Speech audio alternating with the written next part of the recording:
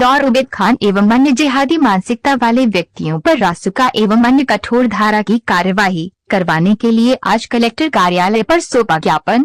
बेटमा निवासी उबैद खान द्वारा 2 दलित बेटियों के साथ लव जिहाद और अत्याचार के मामले दर्ज किए गए हैं। पहली घटना 3 साल पूर्व में उसने अपना नाम बदलकर राहुल बातकर मालवीय बलाई समाज की 16 साल की नाबालिग लड़की के साथ दोस्ती की और नाजायज संबंध बनाए। जब लड़की ने शादी की बात की तो शादी करने से इनकार कर दिया। लड़की के साथ मारपीट कर उनके परिवारजनों को जान से मारने की धमकी दी। बाद में उसने अपना असली नाम बताया और धर्म परिवर्तन की मांग की। उक्त घटना के संबंध में पीड़िता द्वारा क्षेत्रीय पुलिस थाने में प्रकट भी दर्ज करवाया है, किंतु पुलिस के लापरवाही एवं कोई कठोर कार्यवाही नहीं होने से पुणे कुछ दिनों बाद जब वह कानूनी चंगुल से छूटा तो दूसरी घटना में उबैद खान ने रविदास समाज की बेटी शिवानी को झांसी में लिया और उस धर्म परिवर्तन को लेकर आज आप कलेक्टर साहब को ज्ञापन देने आए। क्या है पूरा मामला? है बेटमा का एक विषय है, वहां पर 3 साल पूर्व से एक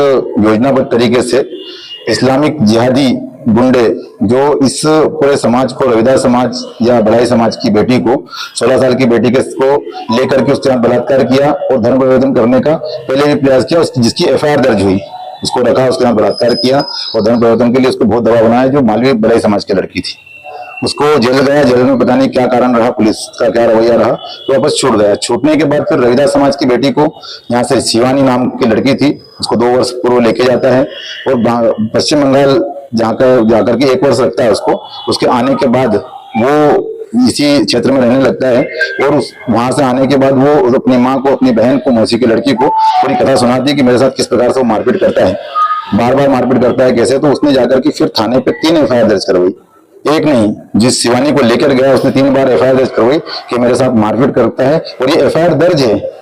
दुर्भाग्य की बात ये है, ये सोचने वाला विषय है कि जब वो 3 बार एफआईआर दर्ज है लेकिन उस पर किसी प्रकार की कोई कार्रवाई नहीं की जाती है, कितना बड़ा षड्यंत्र है और कितना क्या दबाव ऐसा टीआई मैडम पर आ रहा है, यहाँ पे बेटमा की पुलिस प्रशासन पर आ रहा है कि उसको कोई गिरफ्तारी नहीं की। उसके बाद में उसकी बहन है, मौसी की लड़की, उसको गाली बकता है, गंदी जाति शब्द से गाली बकता है कि रविदास समाज की, जो चमार समाज की जो लड़कियां हैं वो तो जाति शब्द से बोला, जिसका एफआईआर दर्ज करवा चुके हैं।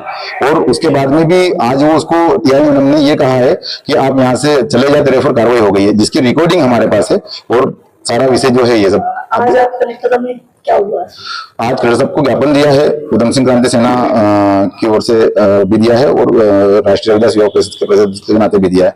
हम सब समाज जनों ने कलेक्टर साहब ने मिलने का समय दिया था, हम उनसे मिलकर के हमने पूरी जानकारी दी उनको और हमने कहा कि उस पर रासुका लगाई जाए, एनएसए लगाया जाए और उस पर मकान जमींदोज किया जाए। उसका नहीं, मैं तो ये कह रहा हूँ कि उसके पीछे बहुत बड़ी एक टीम है जो जिहादी लोग, पूरा समाज, हिंदू समाज की दलित बेटियों को, हमारी रविदास समाज की, बड़ाई समाज की बेटियों को कहीं न कहीं गुमराह करके वो बार बार बदलाव कर रहे हैं कि हमारे साथ धर्म बदला जाए, इसका प्रयास कर रहे हैं।